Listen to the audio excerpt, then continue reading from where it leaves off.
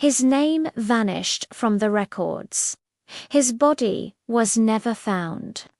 But among the enslaved, whispers carried one name: Samuel. The year was 1852. Georgia's cotton empire stretched across thousands of acres, built on the backs of men and women who had no freedom.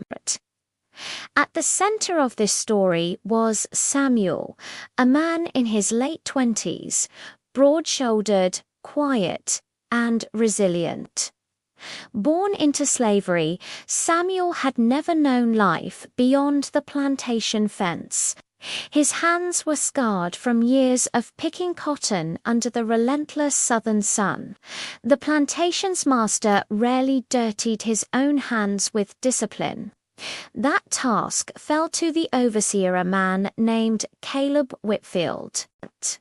Caleb was young, barely 30, but carried himself with the arrogance of a king.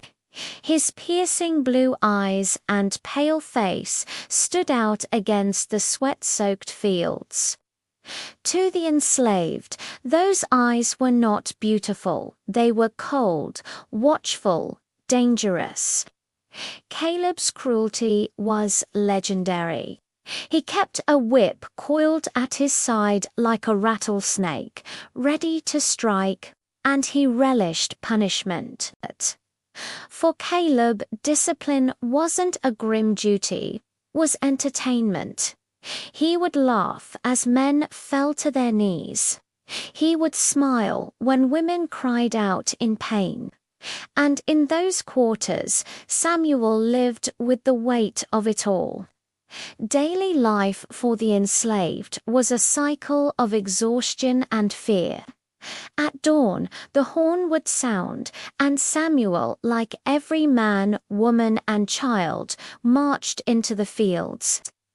The Georgia sun was merciless, baking the land, cooking the workers as they stooped low to pick cotton bolls, their fingers bleeding from the sharp fibers.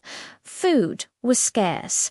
A ladle of cornmeal mush, maybe salted pork if luck allowed. Nights were short, spent in shacks that barely shielded against the heat or the cold. But worse than hunger and fatigue was Caleb. He punished those who faltered. A stumble, a dropped basket, even a glance that seemed to defy any excuse would do. Whippings were public, meant to break not only the body but also the spirit. Caleb's laughter echoed in the ears of the enslaved, long after the lash was put away. And yet there was something in Samuel that refused to bow completely. He kept his head down, yes, but inside burned a quiet fire.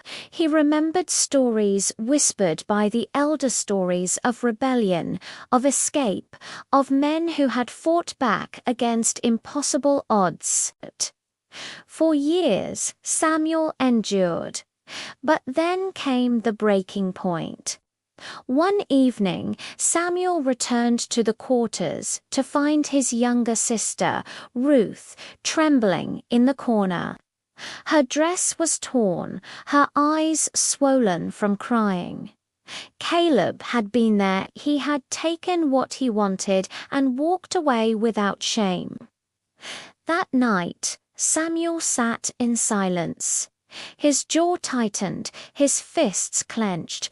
He had lost family before sold away on the auction block, but this wound cut deeper. Caleb had crossed a line. Samuel knew then the overseer's cruelty would end. But how? Open rebellion meant death. Escape was nearly impossible in the heavily patrolled South.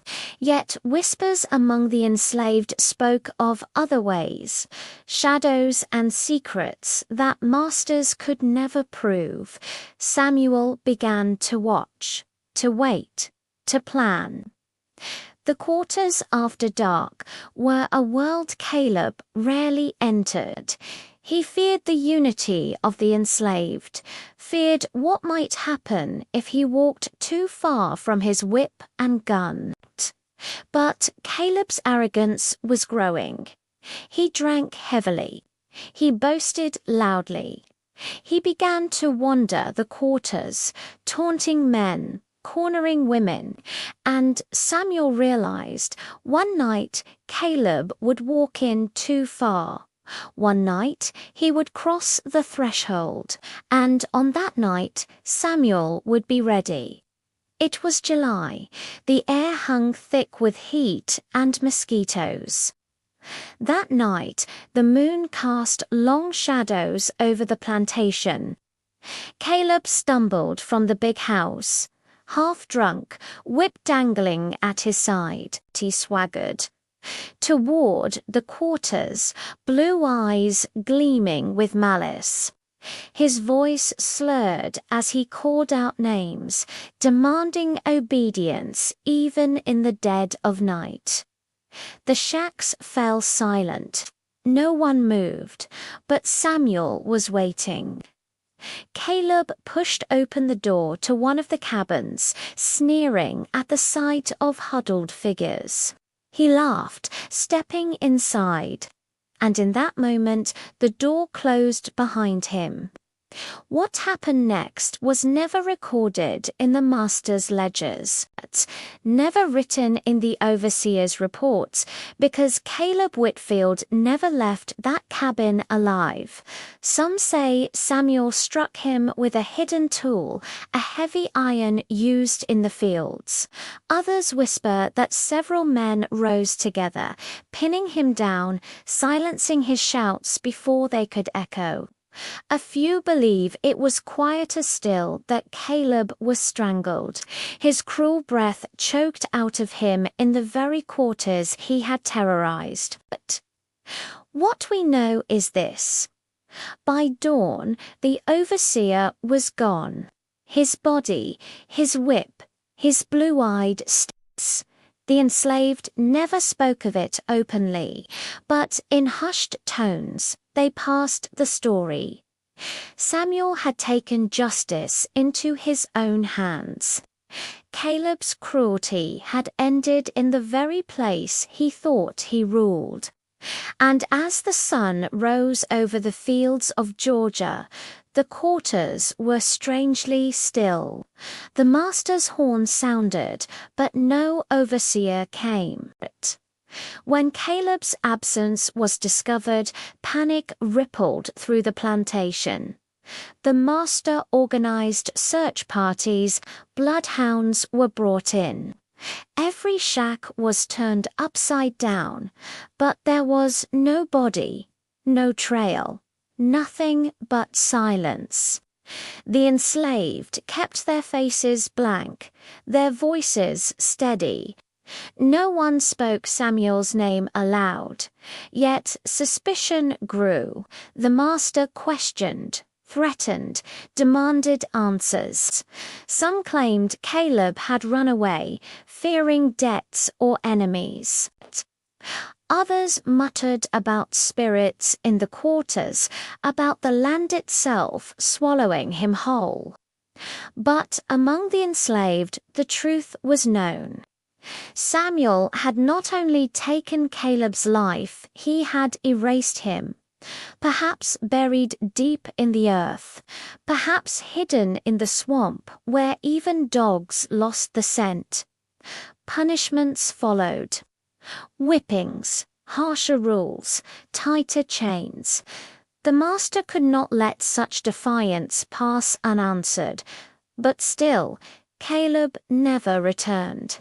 And Samuel, he remained beaten, yes, but unbroken. The story of the blue-eyed overseer who vanished became legend. A whispered reminder that cruelty has limits, that even in bondage, resistance found a way. History books rarely mention Caleb Whitfield. Overseers came and went, their names fading from record. But in oral tradition, passed down through generations, this tale survived. A story of one man's courage, one man's breaking point. And though Samuel's fate is lost to time, his act echoes across history. It forces us to ask how many other overseers disappeared into silence. How many stories of resistance were buried with the enslaved who dared to fight back? This was Samuel's story, one of pain, defiance, and a justice never written in the ledgers of the powerful. But his story is only one among thousands, most of which remain untold, hidden in the shadows of America's past. If you want to uncover more hidden stories of slavery and resistance, watch this playlist here. And if you believe these voices deserve to be heard, don't forget to subscribe, so history's silenced stories can finally speak again.